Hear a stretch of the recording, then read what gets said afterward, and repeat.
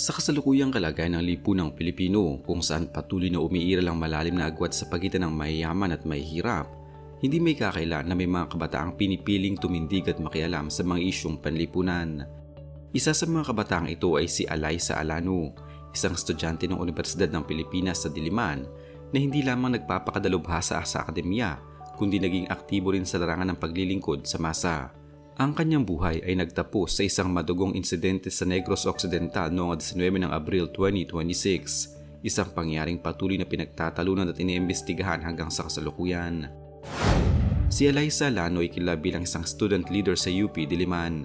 Siya ay nagsilbing counselor ng University Student Council, partikular na nakatalaga sa Education and Research Committee. Sa kanyang tungkulin, hindi lamang siya nakatuon sa mga usaping pang-campus kundi aktibo rin siyang nakikilahok sa mas malawak na diskurso hinggil sa edukasyon at kalagayan ng lipunan. Ayon sa mga opisyal na pahayag ng universidad at ng Student Council, siya ay isang masipag, matalino at dedikadong leader na may malasakit sa kapwa, lalo na sa mga sektor na madalas mapag-iiwanan ng kaunlaran. Bagamat hindi gaanong nailahad sa publiko ang detalye ng kanyang personal na buhay tulad ng kanyang pamilya o pinagmulan, malinaw sa mga testimonya ng kanyang mga kasamahan na si Alyssa ay may malalim na pagpapahalaga sa serbisyo publiko. Hindi siya nanatili sa loob lamang ng silid-aralan, sa halip, pinili niyang lumabas at direktang makisalamuha sa mga komunidad. Ang ganitong uri ng pagkilos ay bahagi ng tinatawag na community immersion, isang proseso kung saan ang mga estudyante ay pumupunta sa mga rural o marginalized na lugar upang maunawaan ang tunay na kalagayan ng mga tao roon. Sa kontekstong ito, napunta si Alyssa sa Negros Occidental, isang lalawigan na matagal nang kilala sa mga isyong agraryo at kahirapan. Ang rehiyong ito ay may kasaysayan ng tunggalian sa lupa, kung saan maraming magsasakang patuloy na nakikipaglaban para sa kanilang karapatan sa lupaing kanilang sinasaka. Dahil dito, naging sentro rin ito ng presensya ng militar at ng mga armadong grupong tulad ng New People's Army o NPA. Sa ganitong kapaligiran, ang pagpunta ni Alyssa ay hindi basta simpleng paglalakbay kundi isang sinadyang hakbang upang magsagawa ng pananaliksik at makipamuhay sa mga magsasaka. Habang nasa barangay Salamanca sa bayan ng Toboso, si Alyssa ay nakikipamuhay sa mga lokal na residente. Ayon sa mga pahayag ng UP Students Leader, siya ay nagsasagawa ng pag-aaral hinggil sa kalagayan ng mga magsasaka, kabilang ng mga isyu sa lupa, kahirapan at militarisasyon. Ang kanyang layunin ay hindi lamang mangalap ng datos kundi maranasan mismo ang buhay ng mga taong kanyang pinag-aaralan. Sa ganitong paraan, mas nagiging makabuluhan ang kanyang kontribusyon bilang isang scholar at aktivista. Ngunit ang kanyang pananatili sa Negros ay nauwi sa trahedya. Noong 19 ng Abril, nitong taon lamang, naganap ang isang armadong insidente sa lugar kung saan siya naroroon. Ayon sa ulat ng Philippine Army, isang engkwentrong naganap sa pagitan ng mga sundalo at mga pinaghihinalaang miyembro ng NPA sa naturang operasyon, umabot sa 19 kataong nasawi, kabilang si Alyssa Alano. Ipinahayag ng militar na ang operasyon ay lehitimo at isinagawa alinsunod sa batas at sa mga alituntunin ng international humanitarian law. Ayon sa kanilang bersyon, ang mga nasawi ay bahagi ng armadong grupo na kanilang nakasagupa. Gayunpaman, may ibang pananaw ang Universidad ng Pilipinas at iba pang mga organisasyon.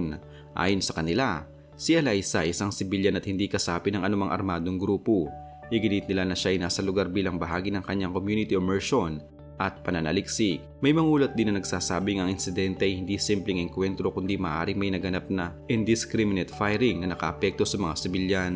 Dahil dito, maraming residenteng napilitang lumikas at umabot sa mahigit 100 pamilya na apektuhan ng pangyayari. Ang pagkakaibang ito ng mga salaysay nagbukas ng mas malalim na usapin hinggil sa katotohanan ng nangyari.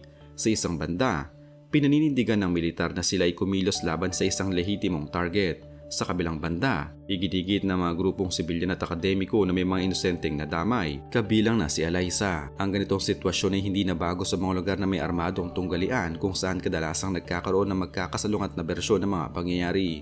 Kasama ni Alyssa sa lugar ang iba pang mga individual, kabilang ang mga lokal na residente at iba pang community workers.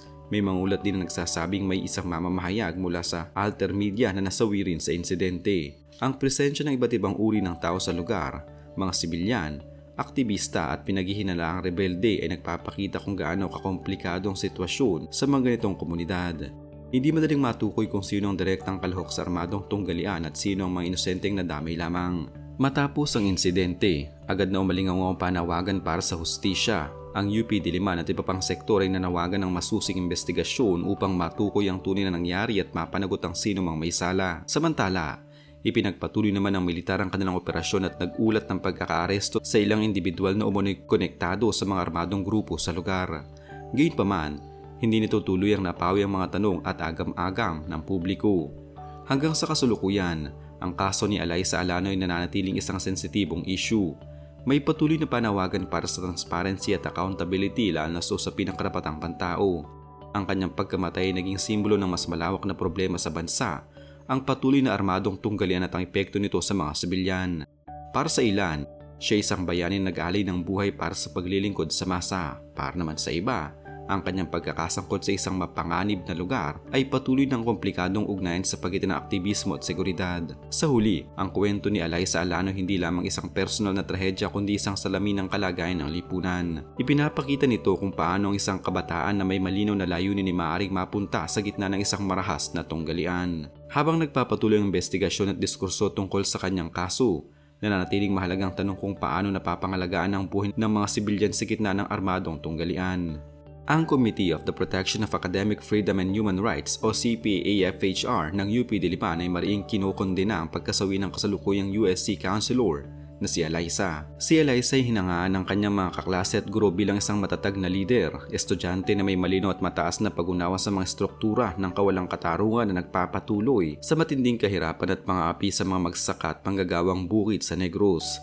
Naunawaan niya kung paano konektado ang kanyang tungkulin sa Student Council sa paglilingkod sa masa na sumusuporta sa edukasyon ng mga scholar ng bayan. Sa pamamagitan ng kanyang mga pakikilahok sa mga progresibong organisasyon, natutunan niya ang karahasang ginagamit upang patahimikin ang katotohanan at palakasin ang kapangyarihan ng ilan ay dapat harapin at labanan. Ito ang aral na nagdala sa kanya mula sa silid-aralan ng universidad patungo sa mga tubuhan ng Negros kung saan ang mga sakada ang naging kanyang guro.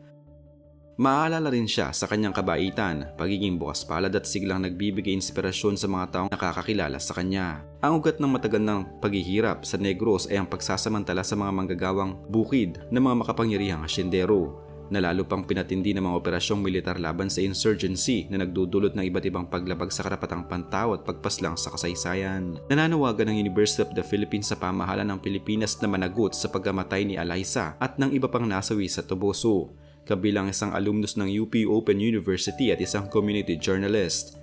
Hinihiling nila ang isang malinaw, bukas at walang kinikilingang investigasyon sa kanilang pagkasawi at ang pagbibigay ng access sa mga human rights organizations at response teams sa kinakailangang impormasyon at mga mapagkukunan upang makapagpasagawa ng sarili nilang investigasyon. Dapat umanong masusing suriin ang pahayag ng AFP na sila ay mga kasapi ng NPA, lalo na't sa nakaraan ay ginamit na ang ganitong mga pahayag upang bigyang katwiran ng pagpatay sa mga sibilyan sa probinsya, kabilang mga aktivista, community organizers, human rights workers at mga organisadong magsasaka tulad ng Sagay 9 na pinaslang noong 2018. Inaanyayahan ng UP ang komunidad ng Universidad ng Pilipinas na parangalan ang buhay ni Alyssa at makisa sa panawagan para sa pananagutan sa kanyang pagkamatay. Nakikiramay ang buong universidad sa kanyang pamilya, mga kaibigan, guro at kapwa estudyante at hinihikayat ang lahat na suportahan sila sa panahong ito ng pagdadalamhati.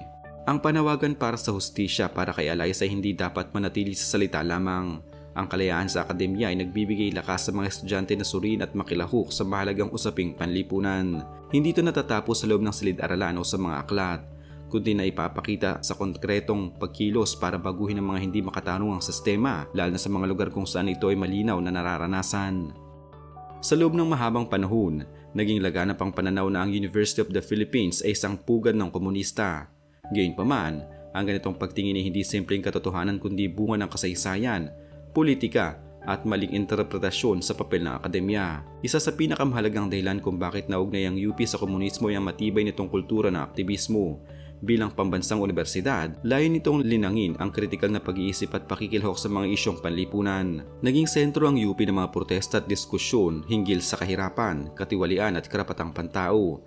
Halimbawa noong dekada 70, naging aktibo ang mga estudyante sa mga kilos protesta laban sa pamahalaan, kabilang ang tinatawag na First Quarter Storm at ang Diliman Commune noong 1971. May ilang konkretong halimbawa kung bakit nabuo ang ganitong reputasyon sa kasaysayan. May mga lider na kilusang komunista na nagmula sa UP, tulad ni Jose Maria Sison at iba pang mga kasapi ng Communist Party of the Philippines. Dahil dito, naging madali para sa ilan na i-generalize na ang buong universidad ay may ganitong ideolohiya. Lalong tumindi ang ugnayan ng UP sa komunismo noong panahon ng diktadorya ni Ferdinand Marcos Sr. Sa panahong ito, maraming estudyante at guro ang naging kritiko ng rehimen at lumahok sa mga kilusang protesta. Dahil sa takot ng gobyerno sa oposisyon, madalas silang tinawag na komunista o rebelde. May pagkakataon pa na inaresto ang mga estudyante dahil lamang sa kanilang aktivismo. Hanggang sa kasalukuyan, patuloy ang pag-uugnay sa UP at komunismo sa pamamagitan ng tinatawag na red tagging, ang pagbansag sa mga individual o grupo bilang komunista o terorista ng walang sapat na ebidensya.